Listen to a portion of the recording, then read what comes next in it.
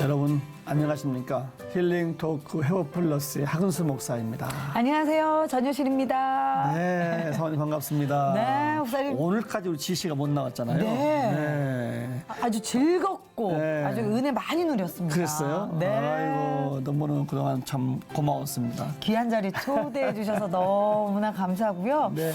오늘 제가 생각해 보니까 저도 뭐 개척교회 사모이지만 네. 교회 자체적으로 자립이 되는 교회들도 있지만 참 힘든 교회들, 자립할 수 없는 미자립 교회들도 참 많잖아요.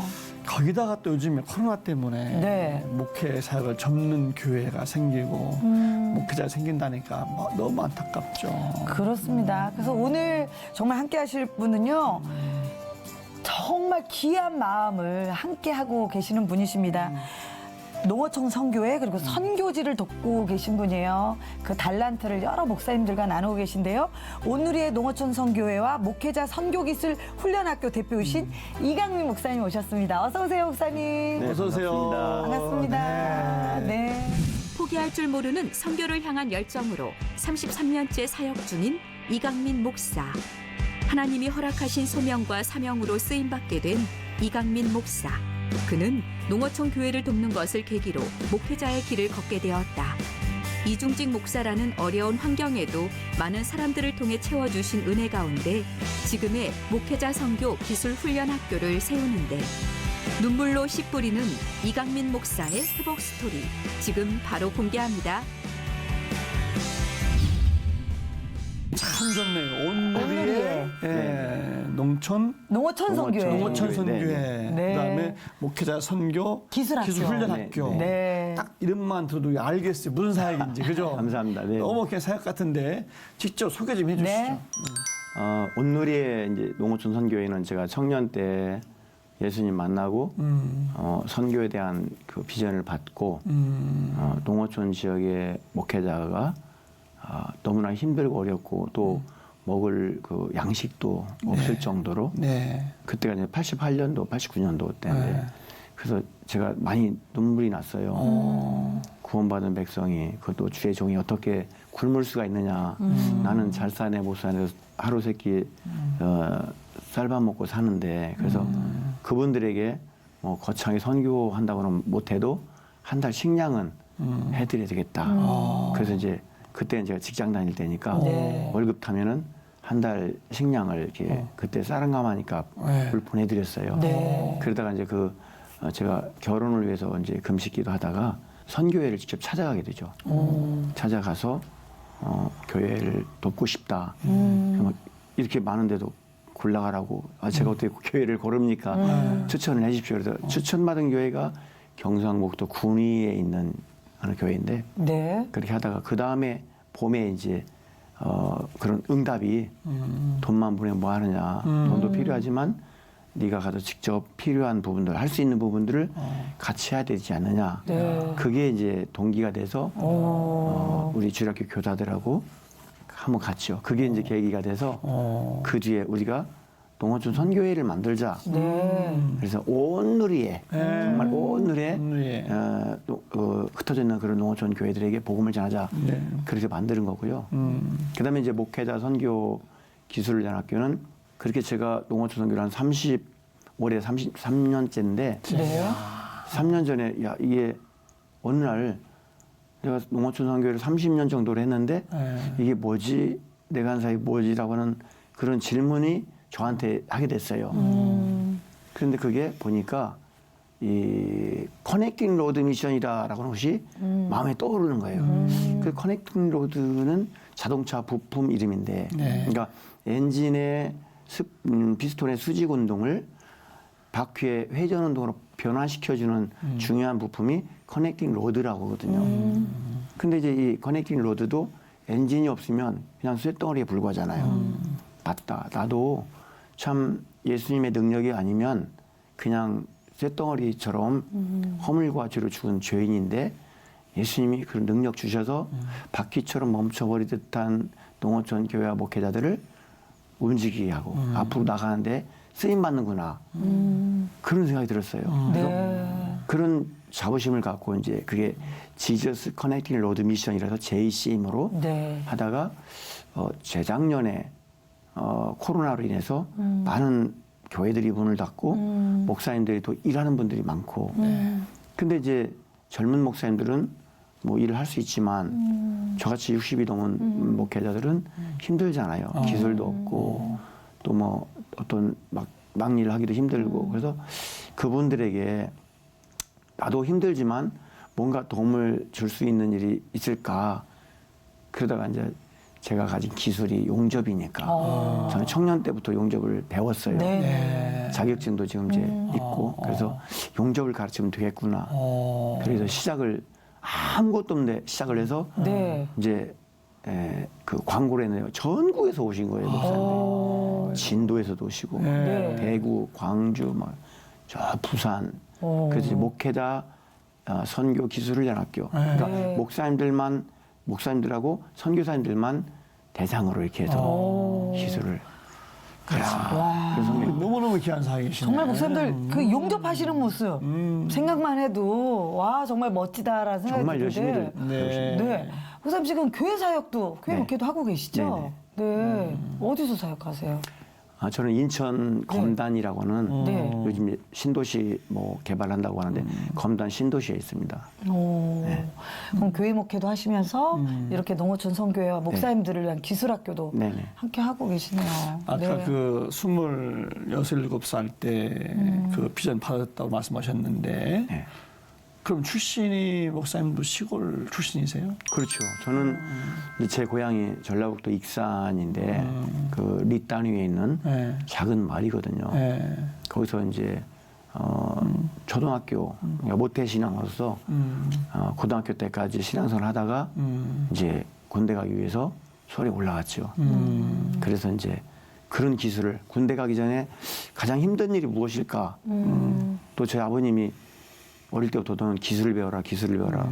돈은 빼앗아도 기술은 못 빼앗아간다. 이런 말씀을 많이 들어가지고 그 기술을 이렇게 익힌 것이 이렇게 유용하게 사용될 줄 몰랐습니다. 너무 귀한 게 네. 그렇게 청년 때 정말 청년 때 어릴 때인데 그런 꿈과 비전을 가지신 게 너무 귀한 마음 가지셨네요. 그럼요.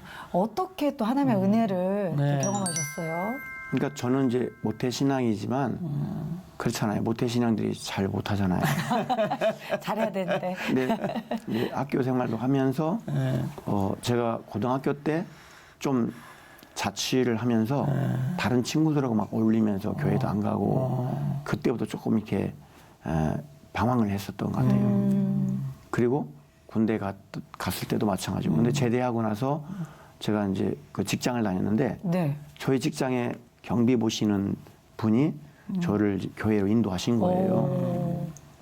근데 교회가 시골 교회는 저희는 뭐 100명 정도 이렇게 되는데 너무 큰 교회예요. 막 체육관 같은 적응이 안 돼가지고 저는 그래도 이제 교회를 나가야 되니까 2층 맨 꼭대기에 앉아서 예배 드리고 그냥 조용히 나오는 거죠. 근데 나올 때 저보다 목사님이 항상 빨리 나오셨어요.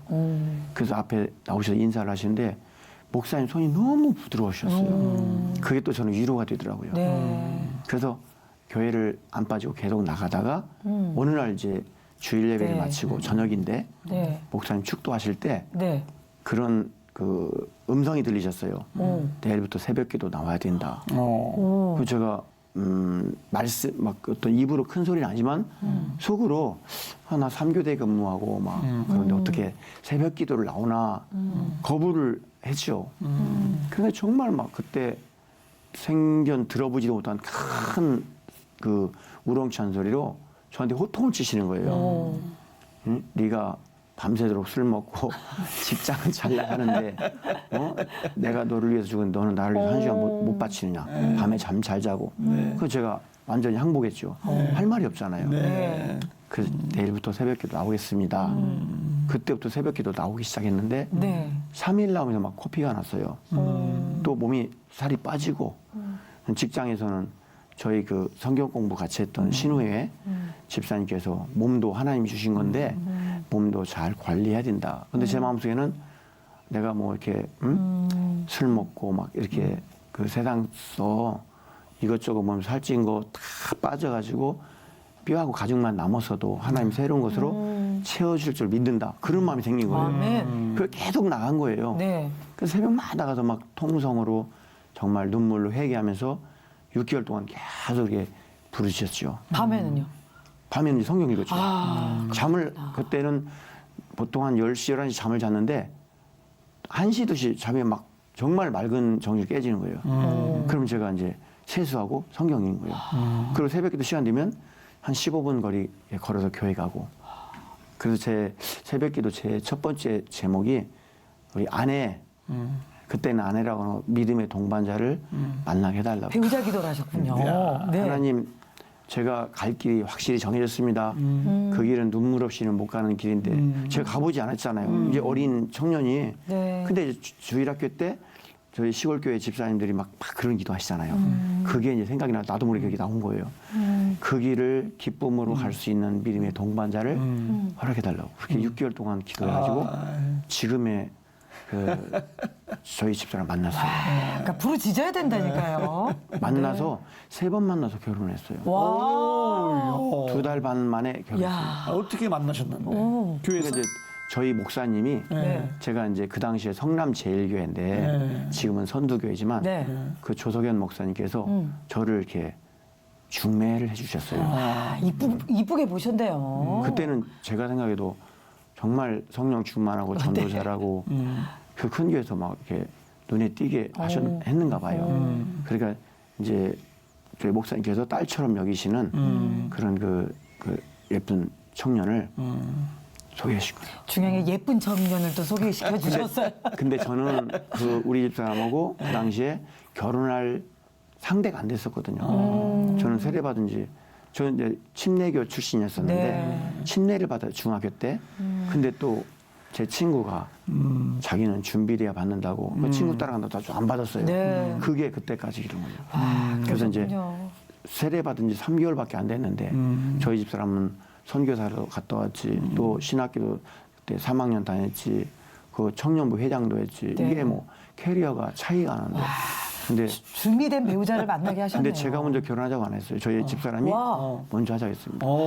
알아보신 거네요. 아니 목사님 소개해준 저 청년이니까. 근데 그때도 제가 이제 내세울 것도 없는데 얼마나 좋겠어요. 근데 제가 기도해 보겠습니다. 그러고 나서 이제 나중에 결혼하기로 했죠. 아니 보통 같은 경우는 형제분이 프로포즈하고 자매들이 기도해 보겠습니다. 근데 바뀌셨어요. 근데 정말 말씀해 주신 것처럼 우리 이강민 목사님 삶이 바뀌고 하나님 앞에 화끈하게 나오시면서 또 배우자 그렇죠. 응답도 받으시고. 근데 궁금한 게 농어촌 선교는 어떤 계기로 시작하시게 된 거예요? 그러니까 농어촌 선교는 이제 결혼을 위해서 기도하다가 네. 제가 모 방송국의 그 간증 프로그램에 그때 네. 라디오에서 농어촌 선교 사역하시는 장로님이 간증을 하신 거예요. 네. 그래서 그 간증을 들으면서 아까 말씀드린 대로 밥을 굶는 목사님의 소식을 듣고 거기 찾아가서 그 교회를 소개받고 그 다음에 봄에 하나님께서 직접 가서 봐야 되지 않느냐. 그 저 경상북도 군위까지 기차 타고 뭐 시외버스 타고 정말 그렇게 가서 그 교회에서 한번 갔다 오니까 간 분들이 너무 좋다. 계속 하자. 그렇게 해서 올해 이제 33년째 아유. 이어오고 있습니다. 네. 그 지금 한 33년째 네. 해오시잖아요. 네. 그 뭐 기억나는 게 많겠지만 네, 사역들도 있으실 한도 것 교회 같아요. 좀 네. 뭐 소개할 만한 교회. 참 그 33년의 모든 사역들이 정말 하나님의 감동이에요. 정말. 그러시겠죠. 그 중에서 2012년도에 네. 어떤 그 섬에서 완도 금일도라는 섬에서 편지가 한 동물. 금일도? 네, 금일도. 네. 완도군에 있는 안도 금일도에. 금일인데. 그래서 그 편지를 이렇게 보니까 미역을 팔아달라고. 그래서 이제 제가 농어촌 선교 하니까 무조건 이건 사드려야 된다. 그 한 박스 10만 원 주고 사드렸어요. 근데 제가 이제 그 농어촌 선교 사역하는 목사로서 전화를 한번 드렸죠. 근데 그 목사님께서 이제 연세도 많으신데 늦게 신학을 해서 그렇게 목회를 하고 싶었던 거예요. 그래서 거기 다 쓰러져가는 그 섬교회를 가셔서 이제 사비를 들여서 그분이 다 리모델링을 하시는 거예요. 근데 그 교회를 다니시다가 이제 떠나신 그분이 미역 공장을 하시는데 네. 이 목사님 이거 웬일이세요? 그러니까 하나님의 교회를 잘 이렇게 해야 된다. 그분이 감동받으셔서 그럼 목사님 이거 저희 미역을 팔아주세요. 그럼 제가 선교원금으로 그 이익금을 드리겠습니다. 이 목사님 얼마나 좋으신지 네. 그 전국의 편지를 다 쓰셔서 보냈는데 그 한 통이 저한테 온 거예요. 그래서 제가 통화를 하면서 그 목사님께서 목사님 그런데 저희 교회도 저희 교회지만 여기 16개 마을인데 딱 한 마을 하나만 교회가 없어요. 거기는 조상 대대로부터 당산제를 지내는 마을이라 교회가 없는데 거기가 교회가 세우기를 기도하신다는 거예요. 근데 그 말씀 듣고 제가 순식간에 저도 모르게 딱 떠오른 생각이 아, 섬은 땅값이 싼데 네. 저는 또 용접 기술 있잖아요. 그래서 네. 목사님 제가 목사님이 땅 사시고 제가 예배당 지면 되겠네요. 그렇게 말이 나도 모르게 나왔어요. 네. 그 목사님 얼마나 좋아하시겠어요. 네. 빨리 내려와서 어디다 땅 사야 할지 알려달라고 막. 그래서 제가 하라는 대로만 하십시오. 하면서 땅을 사대 극비리에 사시고 하여튼 그렇게 결국에는 그 330평에서 땅을 사셨어요. 그 목사님이. 그것도 대출로. 네. 이 목사님이. 그리고 이제 제가 가서 또 이렇게 그 포크레인 기사 섭외해가지고 인천에서 6시간 걸립니다. 보고 제가 가서 포크레인 기사 섭외해서 거기 유자나무 다 이렇게 뽑고 평탄 작업하고 그리고 나서 이제 오는 거예요.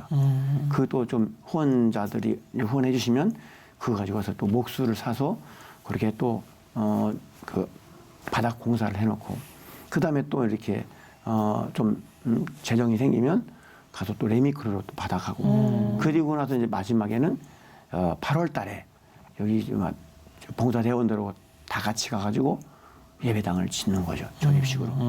그래서 딱 나흘 만에 지었어요. 와. 지붕까지. 그러니까 마지막 날 지붕 딱 하는데 비가 막 쏟아지더라고요. 너무 감사하죠. 그래서 우리가 마지막 배 타고 나와서 그게 기억이 나죠. 아, 정말 참. 너무 귀한 사역이네요. 우리 이강민 목사님 천사 같으세요. 세상에. 뭐 제가 천사는 하나님이 그렇게 역사하시고 그러니까 정말 제가 할 수가 없는 하나님의 마음으로 하신 건데, 근데 또 우리 목사님이 농어촌 성교만 하시는 게 아니라 아까 말씀드린 것처럼 목회자 선교 기술을 훈련학교로 또 네. 하고 계시잖아요. 시작하게 된 계기가 그러니까 있으세요? 그것도 저는 이제 저도 어렵고 또 자립이 안 된 작은 교회지만 제 마음속에 항상 선교에 대한 그런 게 있었어요. 또 작은 교회라든지 농어촌 교회라든지 그런데 이게 제가 하는 사역이 뭔가 그런 생각이 되잖아요. 어느 날 갑자기 질문이 근데 그게 이제 커넥팅 로드 미션이다. 나는 아무것도 아니지만 하나님의 은혜를 받아서 이렇게 전달하는 것을 할 수 있잖아요. 그걸 깨닫고 제가 가지고 있는 기술이 용접이니까 네. 그 용접을 가지고 해야 되겠다. 그래서 이제 뭐 다른 데 광고한 것도 아니고 네. 페이스북에 보면 일하는 목회자들의 그 커뮤니티가 있어요. 거기에다가 올린 거죠. 저 광고를 이렇게 한다. 형이 뭐 10분의 목사님들이 전국에서 오신 거예요. 그래서 그분들 저는 그때 용접기도 없었고 아무것도 없었죠. 그냥 마음만 불타가지고. 그래서 저희 집사님 농장이 있는데 거기서 이제 하려고 했는데 거기는 전기가 또 농가 전기라 5kg 정도도 안 되는 약해요. 그래서 야 이게 막 백방으로 막 뛰는데 저희 그 지역의 검단의 농협 조합장님이 저한테 전화를 하셔가지고 네. 목사님 뭐 용접 가르치시는데 장소가 없으시다면서요. 네, 제가 그 얘기를 듣고 여기 인근의 정미소에 예약을 했습니다. 가보세요. 저는 뭐 바로 갔죠.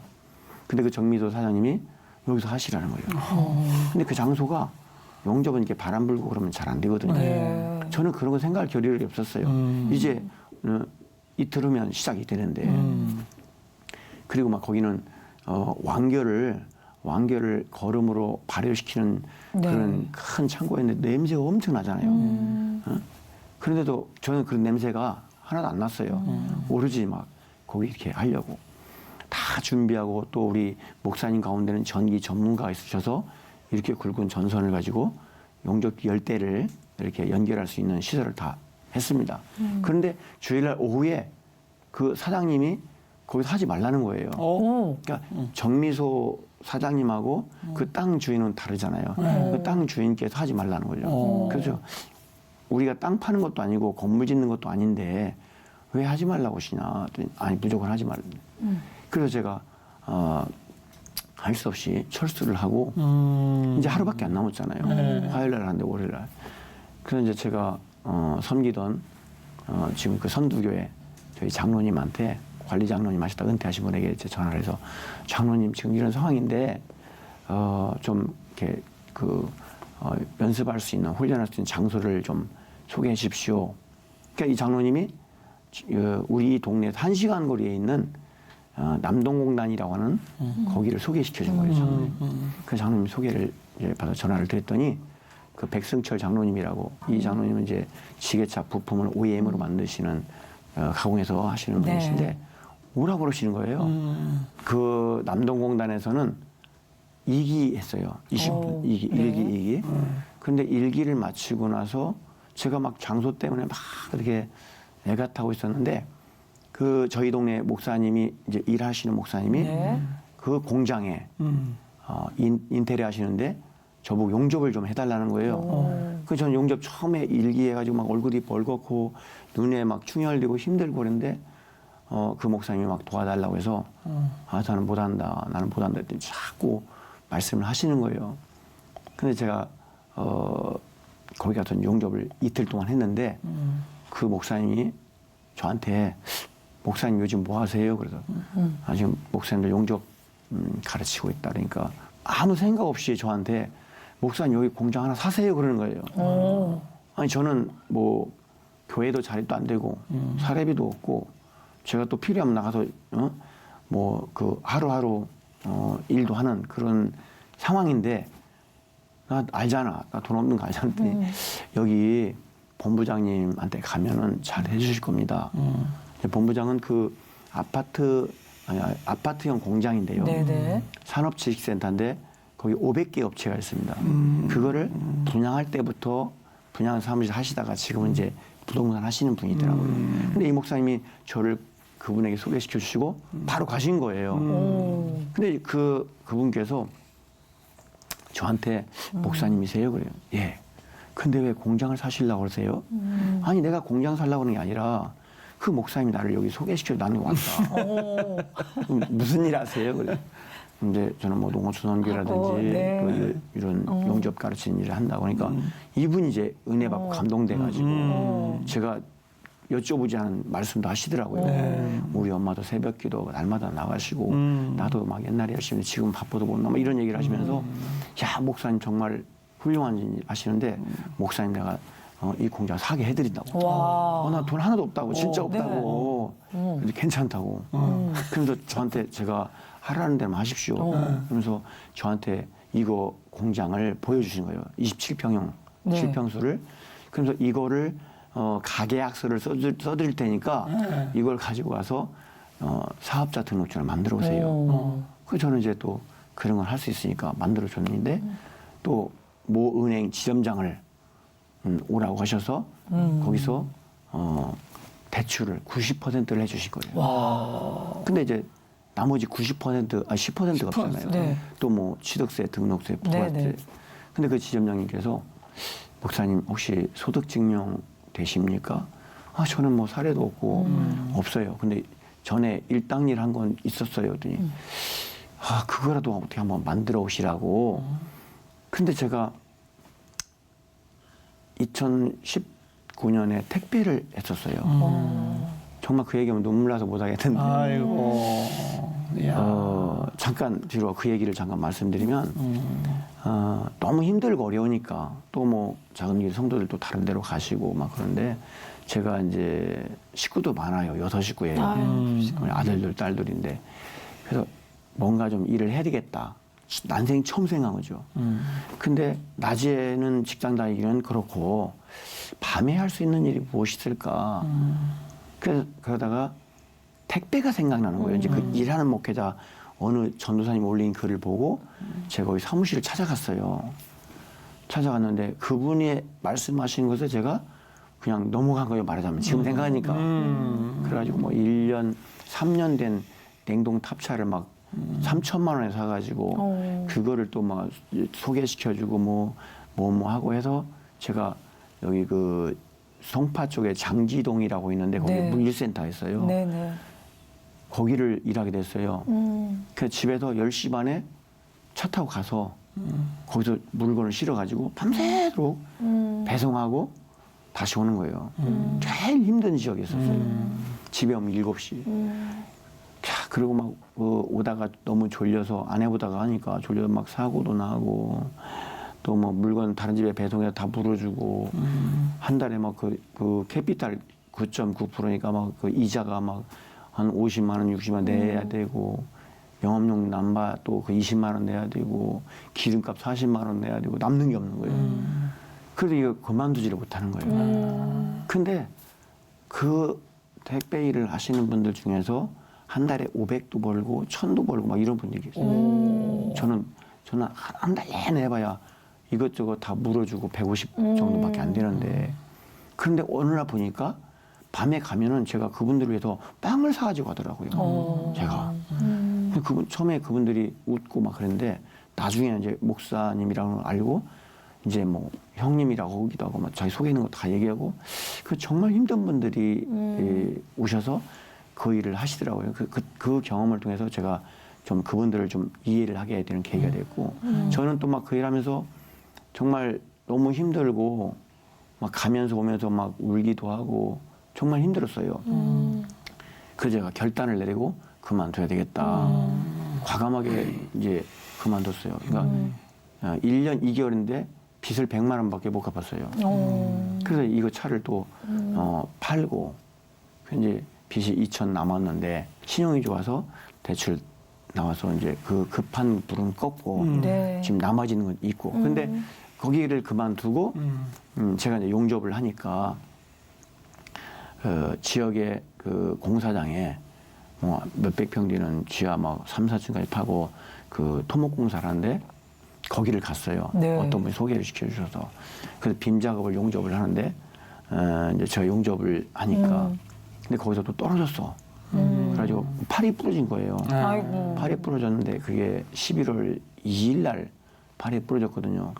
그래서 제 아들이 11월 7일 날 결혼을 하거든요. 제가 주례인데 아이고 5일 전에 그랬는데. 네. 기부스도 못하고 그냥 있다가 이렇게 나왔어요. 근데 제가 그 용접을 하면서도 정말 힘들어서 다 그냥 모든 것 접고 싶다, 정리하고 싶다.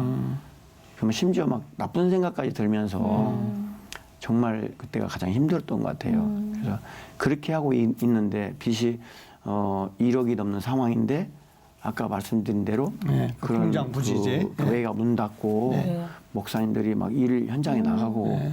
그러니까 어떻게든지 돕고 싶은 그런 마음이 막 불같이 생겨서 네, 네. 순종한 것이죠. 네, 하나님 네. 뜻에. 근데 그렇게 역사가 일어났죠. 용접기도 뭐 그 어떤 아는 집사님 네. 저하고 같이 옛날에 남전도에 그러니까 청년부부터 저는 한 교회에서 청년부 남전도회 전도사 강도사 부목사까지 다 했어요.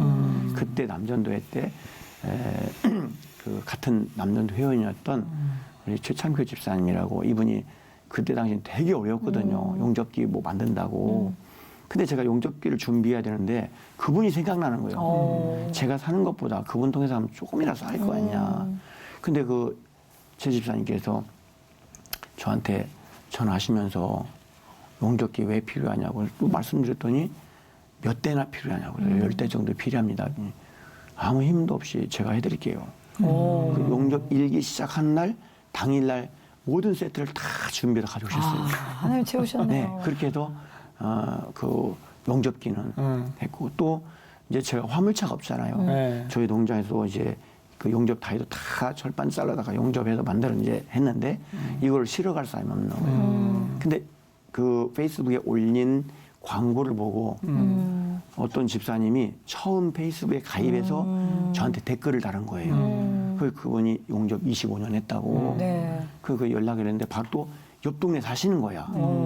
그 집사님을 만나서 그때부터 그 김용기 집사님이라고 하시는 분이 지금까지 그 화물차 트럭을 가지고 도와주세요. 너무 감사하잖아요. 기적적으로. 기적이에요, 기적. 하나님이 이끌어가고 계시네요. 이건 제가 한 건 아니죠. 아니 참 목사님도 힘드셔서 택배 일도 하시고 맞아요. 또 용접도 하시고 또 교회도 어렵다고 그러시는데 그 어려운 상황에서도 포기 안 이 하시네요. 농어촌 선교회나 이 용접 기술학회 하는 계속 해 가신 이유는 뭐 어떤 것 때문에 하시는 거예요? 내려놓고 싶었어요, 사실은. 또 그때 당시는 저희 아내도 갱년기 증상도 있었고 또 남자들도 또 모춘기야 그런 거 있더라고요. 막 온감도 갱년기 힘들죠. 춘기도 힘들고. 힘들고. 네. 그래서 막 너무 힘들어가지고 그래도 그 나쁜 생각을 실행에 옮기지는 못했어요. 울기는 참 많이 울었는데 힘드셨구나. 이거 하나님 이거 어떻게 해야 됩니까? 이거 뭐 내가 이 상태로는 정말 안 되는데. 근데 그 마지막 그 순간 그거를 정말 하나님이 그 계시는데 하나님 두려워도 내가 죽지를 못하겠더라고 진짜. 그래 내가 힘들거든. 힘들어도 내가 그거를 이제 해야 되겠다. 그래서 그거를 그 긴 터널을 통과했는데 그런 상황에서 이제 목사님 배를 돕겠다고 하니까 하나님께서 보실 때도 참 기가 막히실 것 같아요. 그래서 저는 마음만 먹었는데 하나님이 그걸 다 해주실 거예요, 진짜. 그리고 그 공장을 이렇게 사놨는데요. 이제 용접을 하니까 막 닥트를 해야 되잖아요. 그 닥트 공사 800만 원이 700~800만 원인데 교회를 다니시는지 안 다니시는지 몰라요. 박동희 대표님이시죠. 네. 그분이 오셔가지고 3일 동안 다 하신 다음에 저한테 하시는 말씀이 목사님 이거는 제가 선교적인 차원에서 선기했습니다. 그러고 가신 거예요. 네. 물 한 잔 안 드시고 그냥 가신 거예요. 그렇게 해서 닥트 공사는 됐고 또 그 공장 빌려신 우리 백승철 장로님이 또 이렇게 그 냉장고 아니 그 냉난방기를 네. 그 비싼 냉난방기를 사주셨어요. 저한테 말씀도 안 하시고 그래서 저는 막 그 장로님하고 통화하면서 눈물이 나서 이 통화를 못 할 정도로 이게 정말 이게 어떻게 감당이 안 되는 거죠. 그래서 막 인테리어하고 뭐하고 막 너무 한 2달 반 정도를 너무 힘들게 하면서도 제 마음속에 어떤 생각이 드냐면 이건 내 것이 아닌데 그래 내가 뭐 하면 얼마나 하겠는가 60이 넘었는데 그런데 내가 안 하더라도 다른 분이 또 하면 되지. 네. 이거는 하나님 주신 공간이니까 내 거라는 생각이 진짜 전혀 안 들었어요. 네. 제가 일어난 분은 안 들어갔잖아요. 100% 대출이지. 네. 그러니까 100% 대출도 신기하고 목사님들이 하나님 하셨네요. 다 놀라는 거예요. 네. 아니 근데 목사님 이제 아까도 뭐 한 80여 분이 지금 용접 기술 배운다고 하셨는데 더 오실 텐데 필요한 것들이 있으실 것 같아요. 그게 제가 네. 지금 또 기적 같은 일이 생긴 게 뭐냐면 그 용접 3일 배우겠다고 막 그 부산에서 광주에서 목포 막 이런 데 오시니까 어떤 면에 죄송한 거예요. 그래서 하나님 앞에 또 기도를 했어요. 하나님 좀 너무 멀리서 오시는데 좀 이분들이 편하게 할 수 있는 지역에다가 하나씩 했으면 좋겠습니다. 그랬는데 당진에 네. 어느 장로님이 공장을 하나 주셨어요. 아이고. 거기서 하시라고 용접학교를 하시라고. 네. 근데 거기도 이제 그 장로님은 공장을 주신 것이지 그 안에 이제 또 시설 같은 거 용접기 이런 거 많이 용접기라든지 필요하겠네요. 그런 장비라는 거 이걸 또 사다가 놔야 되잖아요. 그런 부분들이 이제 그것도 하나님 또 채우실 겁니다. 제가 뭐 여태까지 한 것이 없잖아요. 네. 하나님이 또 채워주실 그리고 또 저도 이제 예. 건강도 더 좀 제가 보니까 허리가 좀 아파서 병원에 가봤는데 그 척추 4번, 5번이 1cm가 어긋났대요. 네. 그래서 지금 이제 치료받고 있어요. 그래서 어쨌든 제 몸은 몸이지만 전혀 상상도 안 했던 못했던 그런 일들을 하고 또 지금 선교지에서도 한 7개 나라에서 오. 예, 그 기술학교를 해달라고 네. 요청이 왔어요. 그래서 코로나만 좀 잠잠해지면 케냐나 남아공이나 또 필리핀이나 동티모르나 이런 데 가야 됩니다. 뭐 목회지뿐만이 아니라 선교지에서도 용접 기술이 유용하게 쓰이겠는데요. 그러니까 농어촌 교회 목사님들은 네. 시골 교회 용접할 일이 있는데 용접사들이 안 오시잖아요. 왜냐하면 이 하루 일하는 품삯이 비싼데 그거 잠깐 하겠다고 안 오거든요. 그러니까 목사님들이 되게 마음이 막 안타까운데 그렇다고 해서 뭐 그 시골은 다 아시는데 내가 용접 배우겠다고 하실 수도 없고 그런 차에 이런 광고를 보고 오셨고 또 선교지에 있는 분들은 용접도 제대로 못 하시는 현지인들이 되게 막 한번 부르면 일꾼도 없고 용접도 제대로 안 하니까 목사님들이 배워서 직접 하시는 분도 있고 네. 또 용접을 알아야 일꾼을 시킬 때 일을 잘 시킬 수 있다 이렇게 말씀하시는 분들도 계세요. 와. 지방에서 올라오시면 3일 동안 숙식은 어떻게 해요? 네. 그러니까 제가 지난번 같은 경우는 이제 그 공장 바로 옆에 호텔이 있어요. 호텔이 막 의리아리한 게 아니라 근로자들을 위한 그런 호텔인데 하루에 이제 6만 원, 방 하나에 6만 원인데 두 분이 주무세요. 그래서 그 어떤 분이 그 후원을 해주셔가지고 이제 이틀만 자면 되잖아요. 거기서 주무시고 또 그런 이제 후원이 안 되면 또 저희 집사님 농장에 방이 있어요.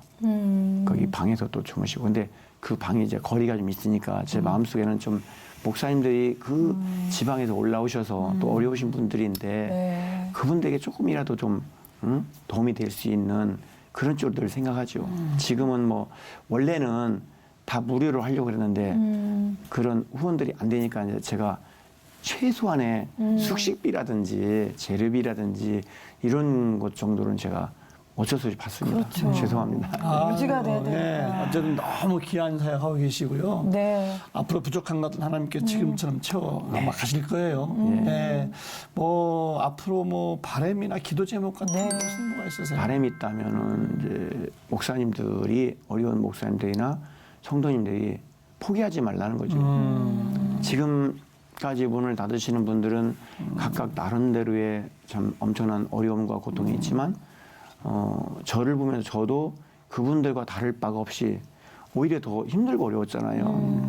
그런데 정말 끝까지 포기하지 않으면 하나님이 또 위로해 주시고 이끌어 가시지 않나 그런 생각을 합니다. 그리고 또 우리가 이제 목사가 되기 위해서 신학교를 갈 때 제일 먼저 체크하는 게 소명과 사명이지 않습니까, 목사님? 근데 소명은 다 똑같을 수 있지만 사명은 다 다르거든요. 네. 그러니까 뭐 어떤 목사님 잘 된다고 따라가고 막 배우고 하지 말고 저는 그렇게 생각해요. 교회는 작지만 하나님이 나에게 주신 사명이 뭐냐. 저는 그 사명 따라간다. 아멘. 전혀 할 수 없는데 그러니까 하나님께서 모세에게 이스라엘 백성들을 이끌어내라. 모세가 내가 누구한테 거기를 갑니까? 근데 그 하나님께서 왜 너를 생각하냐? 내가 너한테 명령한 거 아니냐?